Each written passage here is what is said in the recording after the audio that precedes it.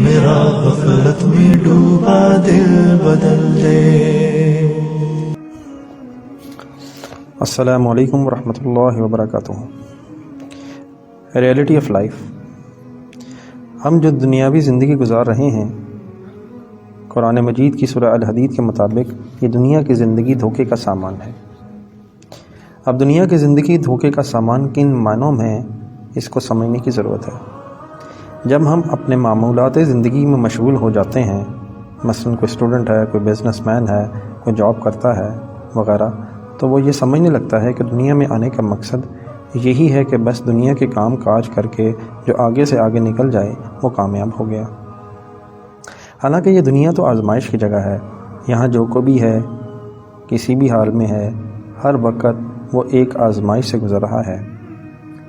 کسی کو صحت و تندرستی اور مال و دولت دے کر آزمایا جا رہا ہے کہ کیا اپنے رب کی شکر گزاری والی زندگی گزارتا ہے یا ان چیزوں کو اپنی کسی خوبی اور خاصیت کا نتیجہ قرار دے کر تکبر اور غرور میں مبتلا ہو جاتا ہے۔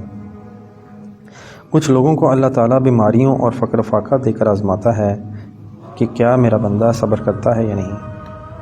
اب کس کو کس طریقے سے آزمانا ہے، یہ ہمارے سب چیزوں کا علم رکھنے والے اور سب چیزوں کی خبر رکھنے والے اللہ تعالیٰ کو یقیناً زیادہ بہتر پتہ ہے۔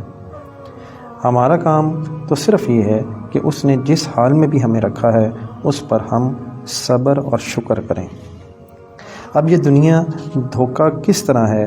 اگر ہم مال و اسباب والے شخص کو کامیاب سمجھ رہے ہیں اور غریب اور کمزور کا ناکام سمجھ رہے ہیں تو یاد رکھیں ہم دھوکے کا شکار ہیں۔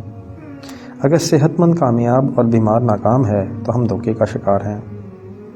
اگر ہمیں لگتا ہے کہ اونچے محلوں میں رہنے والا کامیاب اور جھونپڑیوں میں رہنے والا ناکام ہے تو ہم دھوکے میں ہیں۔ کیونکہ سورہ آل عمران کی آیت نمبر 185 کے مطابق کامیاب تو اصل میں وہ ہے جو آخرت میں جہنم سے بچا کر جنت میں داخل کر دیا جائے۔ اگر ہم دنیا کے خود ساختہ معیارات کے مطابق ناکامی اور کامیابی کا فیصلہ کریں گے تو پھر ہم اپنی زندگی دھوکے میں گزار رہے ہوں گے۔ ہمارا دنیا کی زندگی گزارتے ہوئے ایٹیٹیوڈ یہ ہونا چاہیے کہ ہم کچھ بھی کر رہے ہوں قرآن و سنت کے مطابق عمل کرنے کی کوشش کریں۔ یہ دیکھیں کہ اللہ کی مقرر کردہ حدود کیا ہیں اور کبھی بھی ان کو پار کرنے کی کوشش نہ کریں۔ باقی اللہ تعالیٰ کی مرضی ہے کہ وہ ہمیں کن حالات میں رکھتا ہے۔ اللہ تعالیٰ نے اکثر و بیشتر اپنے نیک لوگوں کو یعنی نبیوں اور رسولوں کو بھی دنیا میں فقر و فاقہ میں ہی رکھا ہے اور اپنے باغیوں کو یعنی فرعونوں اور نمرودوں کو مال و اسباب میں رکھا ہے۔ اس کا مطلب یہ ہے کہ یہ چیزیں کامیابی اور ناکامی کا معیار نہیں ہیں۔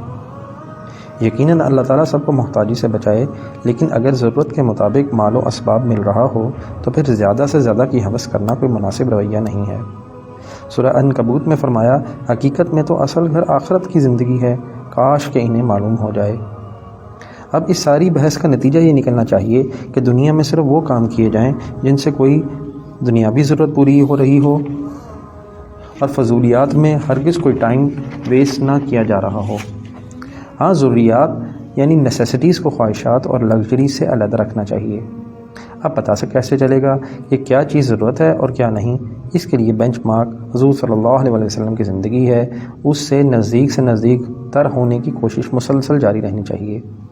دیکھیں، خواہشات تو بادشاہوں کی بھی پوری نہیں ہوتی اور زندگی گزر جاتی ہے۔ اب اگر ضروریات پوری ہو رہی ہیں تو پھر باقی سارا وقت اور اپنا مال و اسباب اگر ضرورت سے زیادہ ہو تو اس کو آخرت کے اجر و ثواب کے لیے استعمال کرنا چاہیے۔ ہمیں اپنی زندگی کو قرآن و سنت کی روشنی میں گزارنے کی کوشش کرنی ہے۔ آئیں اپنی زندگیوں پر نظر دوڑائیں اور اگر محسوس ہو کہ بہت کمی کوتاہی ہے تو فوراً توبہ کریں اور اپنے آپ کو بدلنے کی کوشش کریں۔ یاد رکھیں، اللہ اور رسول صلی اللہ علیہ وسلم کی اطاعت کا اصل مزہ تو جوانی میں ہی ہے، جب آپ کا جسم آپ کا ساتھ دے رہا ہو۔ شیطان دھوکہ دیتا ہے کہ بڑھاپے میں توبہ کر لینا، لیکن پتہ نہیں بڑھاپا آئے بھی کہ نہیں، اور پھر اپنے ارد گرد دیکھ لیں، بڑھاپے میں بھی بہت کم لوگوں کو نیکی کی توفیق ملتی ہے۔ دنیا کی زندگی لغو کاموں میں ضائع کرنے کے لیے نہیں ہے، اور وہ کام لغو ہے جس کا کوئی فائدہ نہ دنیا میں ہو اور نہ آخرت میں ہو۔ پڑھنا، لکھنا، کاروبار کرنا، ملازمت کرنا، اپنے لیے اور اپنے والدین اور اپنی اولاد کے لیے رزق کی تلاش کرنا، یہ کام لغو نہیں ہے۔ سوشل میڈیا پر بیٹھ کر اپنا ٹائم ضائع کرنا جس کا کوئی حاصل نہیں، فضول گپیں مارنا، غیبتیں کرنا، فلموں ڈراموں میں ٹائم ضائع کرنا، یہ لغویات ہیں۔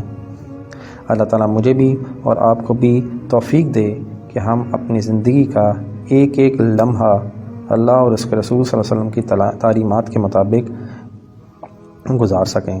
آمین۔ جزاک اللہ۔ اللہ حافظ۔